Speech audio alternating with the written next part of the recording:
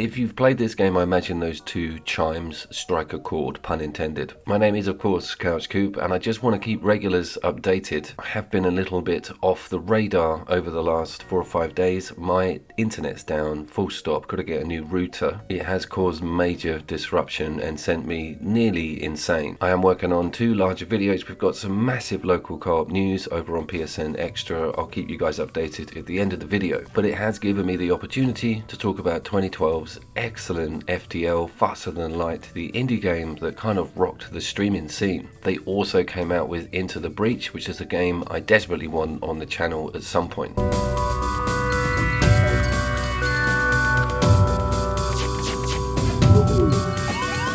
FTL is kind of a play on that roguelike theme, but it's set in a sci-fi canon. You are manning a ship and personnel within that ship and fighting equivalents. You've got the classic map, which gives you a choice of direction after each planet visit, but it's really all about collecting during a run to sort of face the tough stuff, which lies deeper in that galactic roadmap. Does anyone remember Star Trek Away Team? Yes, great game. Well, it's nothing like that. You can beam people, however, onto the enemy ships. We'll get into some of the meta in a second. It kind of is a real-time strategy game with a lot of point and clicking and managing these little dudes around the rooms on your ship. When you're hit, stuff happens. You need to deal with it. There might be a fire, there might be repairing needed. So the amount of personnel you have is kind of integral.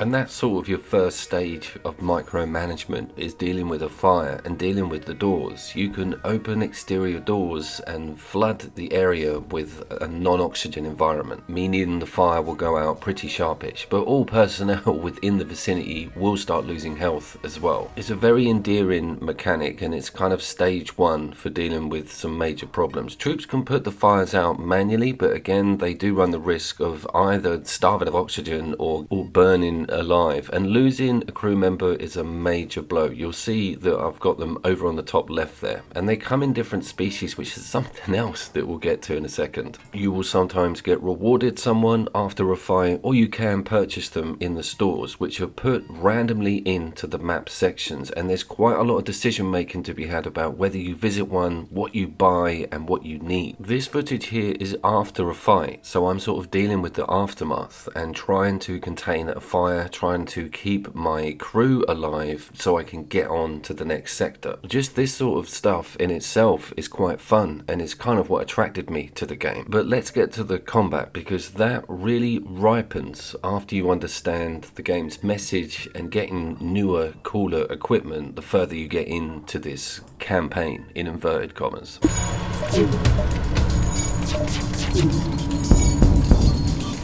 You'll also notice 2 ship layouts. In early game, you open 2 starter craft, and running along the bottom of the screen is kind of my green energy, my reactor bars, which can be pumped into whatever I want depending on what I've got opened up. So you've got your guns, and this other ship comes with a drone which flies around and automatically targets whatever it wants and misses 98% of what it's supposed to hit. But it's your standard weaponry, which is over there on the left, the old ion cannon, which you can then target onto an equivalent section on the enemy craft. So you might want to go for its missiles, you might want to take its shields out, you might want to stop it faster than lighting out of there and traveling away from you, thus losing you that loot. That's quite a common occurrence.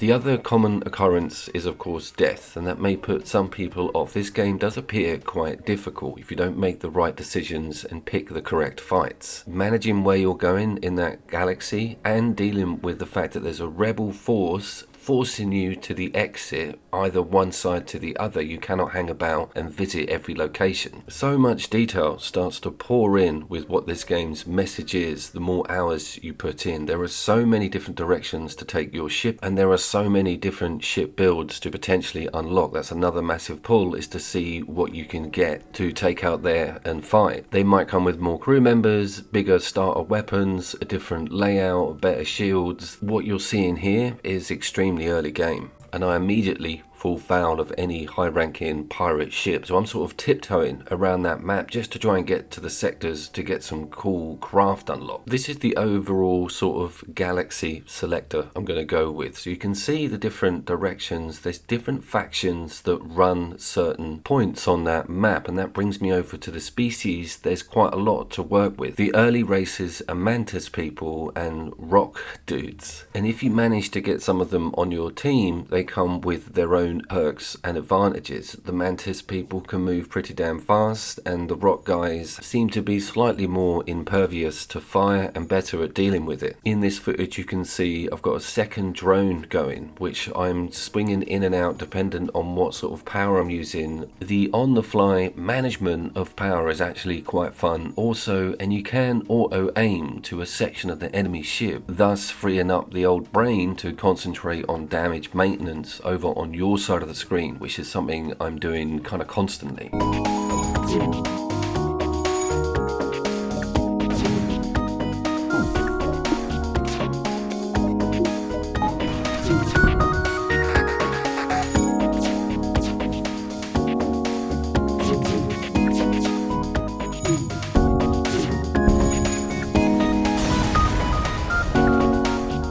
Some solar systems will have nebulae or other space-based hazards. This will screw up your scanners, meaning you can't see what's going on inside the enemy ship, which is genuinely quite handy. And that has to be done with someone manning your scanning section on your ship. You get certain buffs on your equipment if someone is attending it within that room. This is also quite important if you want to get out of a fight. You'll notice that I've got a charging meter right at the top of the screen in the center. This is the FTL get out of there. If it's remotely damaged, it's not going to charge, or you haven't got anybody in that cockpit. It is possible to try and keep it together with one crew member in this game, but you can imagine the amount of plates spinning. There's a little bit of Lovers in a Dangerous Space-Time in there to a certain extent.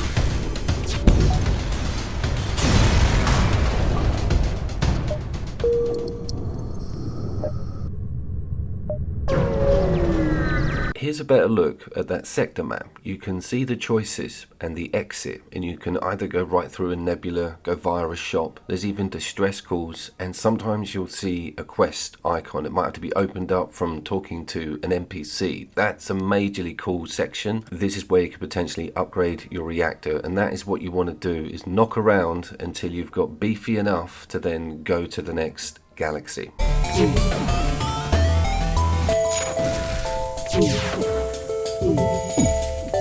What an absolutely cracking indie game, and it hasn't aged a day since its launch. Absolutely beautiful sounding, feeling and playing still. I picked this up ridiculously cheap about 4 or 5 years ago. I can't look because my internet's down, but I reckon there's probably some offers, might be on GOG for like 90 pence. I would grab it if you've never played it. That big local co-op news was that Earth Defense Force 6 is coming on to extra on the games section. Also that Heretic and Hexen, you know, the remaster, that's going to be split screen and it's Game Pass Day 1. I need to get to that and get it all on the channel ASAP. I'm also doing the ultimate Watch Dogs list, Top Dog. I've got all 3 going out on a single video. My name was of course Couch Coop. Please pray with me for that router to turn up tomorrow, and I'll see you down there.